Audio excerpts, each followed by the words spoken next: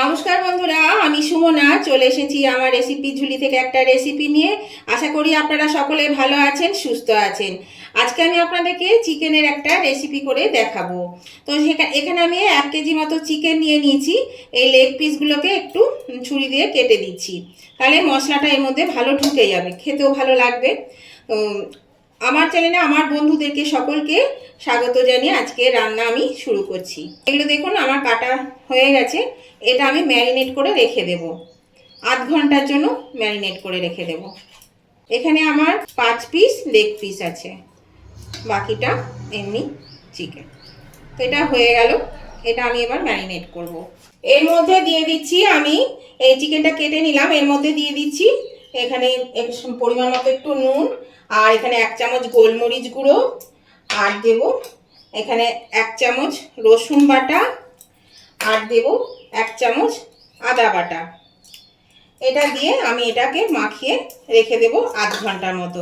এই মাংসটা রান্না করতে আমার লাগবে এখানে কাজু বাদাম নিয়েছি আমি 17-18টা, আর এখানে নিয়েছি চার মগজটা আমি 1 টেবিল স্পুন। এগুলো আমি জলে ভিজিয়ে নিয়েছি, এগুলো আমার পেস্ট করে নিতে হবে। এরকম বন্ধুরা, আমি আধ ঘন্টা পরে ফিরে এসেছি। এখানে আমি সাদা তেল দিয়ে দিয়েছি। এবার আমি এই চিকেনগুলো এখানে ভেজে নেব। চিকেনগুলো কিন্তু একটু ভেজে নিতে হবে, সেই জন্য আমি এখানে চিকেনগুলো আগে দিয়ে দিচ্ছি। ভেজে নিই, সমস্ত চিকেনটাই ভেজে নেব, তারপরে আমি আবার দেখাচ্ছি। এই দেখুন বন্ধুরা, চিকেনটা আমি ভেজে নিয়েছি, এইরকম কালার করে ভেজে নিয়েছি। আর এখানে তেল আছে, এই তেলটাতেই রান্না করব। চলুন আমি সরাসরি রান্নায় চলে যাই। আমি এই তেলের মধ্যে দিয়ে দিচ্ছি বন্ধুরা এখানে 3 টুকরো তেজপাতা, 2টো শুকনো লঙ্কা, আর গরম মশলা, 5টা ছোট এলাচ, 4-5টা লবঙ্গ, 10-12টা গোলমরিচ, আর দারচিনি 2 টুকরো। এর মধ্যে এটা দিয়ে আমি এবার দিয়ে দিচ্ছি বেশ মিহি করে কেটে নিয়েছি পেঁয়াজ। বড় বড় সাইজের 3টে পেঁয়াজ আমি দিয়েছি। একটু ছোট হলে 4টে দেবে, নাহলে আমি বেশ বড় বড় দিয়েছি, সেই জন্য আমি এখানে 3টে পেঁয়াজ দিয়েছি। 1 কেজি মাংসের জন্য খুব বড় হলে 3টে, নাহলে 4টে দিতে হবে। এই পেঁয়াজটা দিয়ে এবার আমি এটা ভালো করে একটু লাল লাল করে ভেজে নেব, ব্রাউন কালার আসা পর্যন্ত পেঁয়াজটা আমি ভেজে নেব। এরকম বন্ধুরা, পেঁয়াজটা বেশ একটু রং ধরে গেছে, একটু কালার এসে গেছে লালচে লালচে। আমি এটা হাতে এরকম ভাবে মিহি করে যতটা পেরেছি কুচি করেছি। আপনারা চপারে, হ্যান্ড চপারেও মানে পেঁয়াজটাকে চপ করে নিতে পারেন। এবার আমি এর সঙ্গে দিয়ে দিচ্ছি এই যে রসুন বাটা 1 চামচ, আর দিয়ে দিচ্ছি আদা বাটা 1 চামচ। আমি আগে আদা আর রসুন কিন্তু ইয়েতে মাংসে ম্যারিনেট করার সময় মাখিয়েছিলাম। এটা দিয়ে আমি এবার একটু কষিয়ে নেব, 2 সেকেন্ড 3 সেকেন্ড একটু কষিয়ে নিচ্ছি। এবার আমি এর মধ্যে দিয়ে দিলাম ধনে গুঁড়ো, 2 চামচ ধনে গুঁড়ো, 1 চামচ জিরে গুঁড়ো। এটা দিয়ে কষাতে থাকবো। দিয়ে দিলাম সামান্য একটু জল, এখানে আমি ওই মশলা বেটেছি সেই জলটুকু একটু দিয়ে দিলাম। মশলা দিয়ে কাজু কিশমিশের জলটা আমি দিয়ে দিলাম এখানে। এটা দিয়ে একটু কষিয়ে নিই, 4-5 সেকেন্ড মতো একটু কষিয়ে নেব। এর মধ্যে দিয়ে দিলাম 1 চামচ লঙ্কা বাটাটা দিয়ে একটু নেড়ে নেব। এবার আমি দিয়ে দিচ্ছি এই যে কাজু কিশমিশ বেটেছি, কাজু কিশমিশ বাটাটা আমি এর মধ্যে দিয়ে দিচ্ছি। আর এই সময় কিন্তু আঁচটাকে একদম লো করে দিতে হবে, তা না হলে কিন্তু কাজু কিশমিশটা একদম তলে ধরে যাবে, সেই জন্য আঁচটা কিন্তু একদম আমি লো করে দিয়েছি। এরকম বন্ধুরা, তেল ছাড়তে শুরু করেছে, এই কাজু বাটা পেঁয়াজ কুচি ভাজা হয়ে গেছে।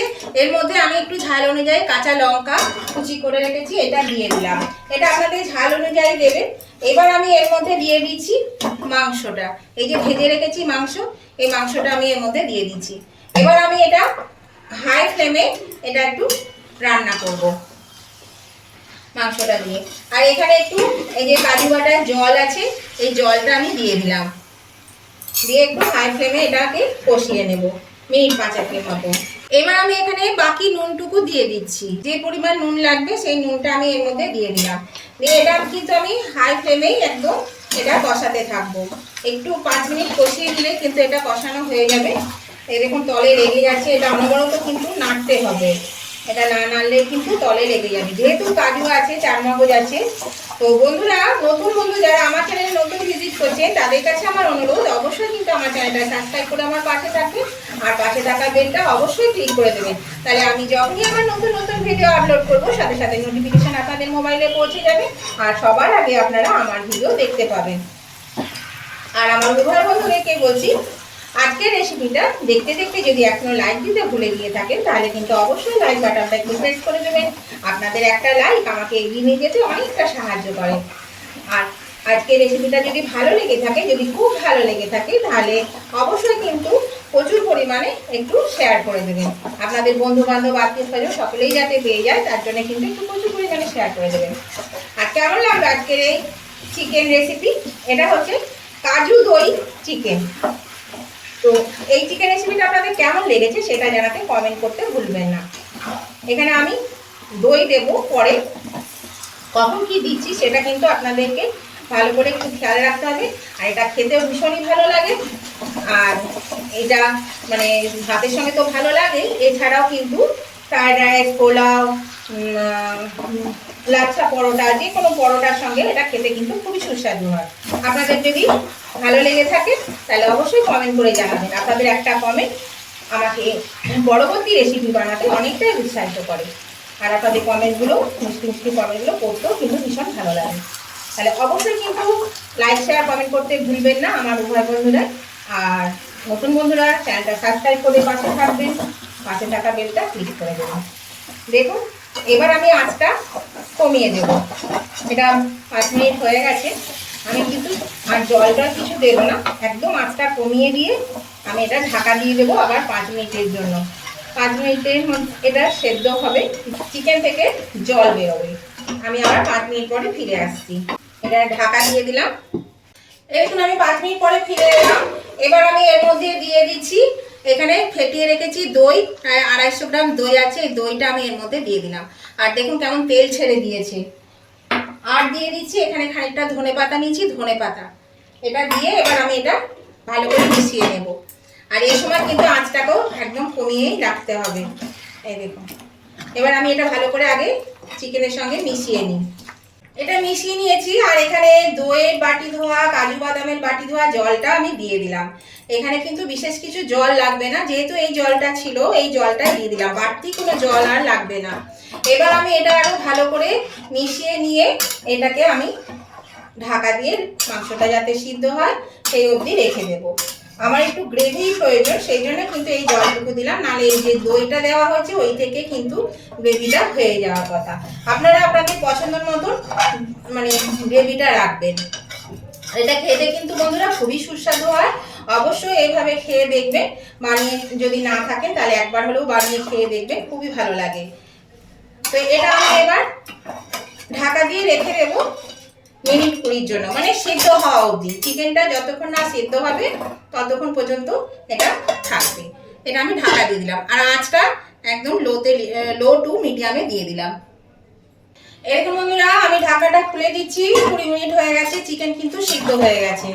চিকেন বেশ সুন্দর সিদ্ধ হয়ে গেছে, দেখুন দেখায়, এই দেখুন ছেড়ে যাচ্ছে।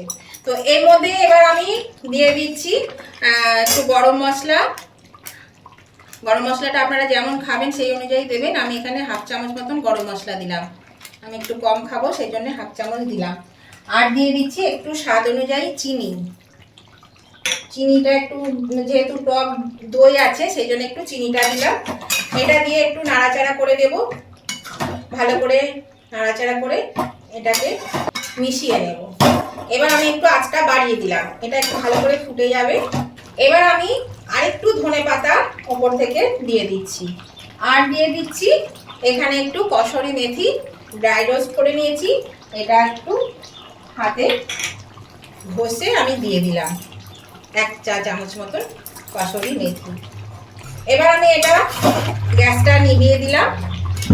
গ্যাসটা নিভিয়ে দিয়ে এটাকে ভালো করে মিশিয়ে আমি এটা 3-4 মিনিটের জন্য স্ট্যান্ডিং টাইমে রেখে দেবো। দেখুন রান্না কিন্তু আমার হয়ে গেছে, আর এটা খেতে সত্যিই বন্ধুরা খুবই সুন্দর হয়, অবশ্যই আপনারা করে খাবেন। এটা হয়ে গেছে, আমি 3-4 মিনিট পরে এটাকে নামিয়ে নেব। আমি ফিরে এলাম 3 মিনিট পরে বন্ধুরা। এবার আমি এটা তুলে নেব, চিকেনটা আমি তুলে নিচ্ছি। এইরকম ভাবে অবশ্যই কিন্তু করে খাবেন, খুবই ভালো লাগে খেতে। আর দেখুন কত সুন্দর হয়েছে দেখতেও, খেতেও কিন্তু ততটাই সুন্দর হয়। তো চলুন আমি চিকেনটা আগে প্রথমে তুলে নিই। এরকম বন্ধুরা আমি চিকেনটা নামিয়ে নিয়েছি। আর এই রান্নাটা কিন্তু খুব কম সময়ের মধ্যে হয়ে যায়, খুব বেশি সময় লাগে না, আর খেতেও খুব সুস্বাদু হয়। আর এটা আপনারা যে কোনো জিনিসের সঙ্গে খেতে পারবেন, ভাত, রুটি, পরোটা, পোলাও, ফ্রাইড রাইস সবের সঙ্গে খেতে পারবেন, খুবই ভালো লাগে। তো রেসিপিটা ভালো লাগে থাকলে আজকে আপনারা কিন্তু অবশ্যই লাইক, শেয়ার, কমেন্ট করে দেবেন। আজকের মতন আমি ভিডিওটা এখানেই শেষ করছি। আবার আমি নতুন ধরনের নতুন কোনো ভিডিও নিয়ে চলে আসবো। ততদিন আপনারা ভালো থাকবেন, সুস্থ থাকবেন। Tata, bye bye.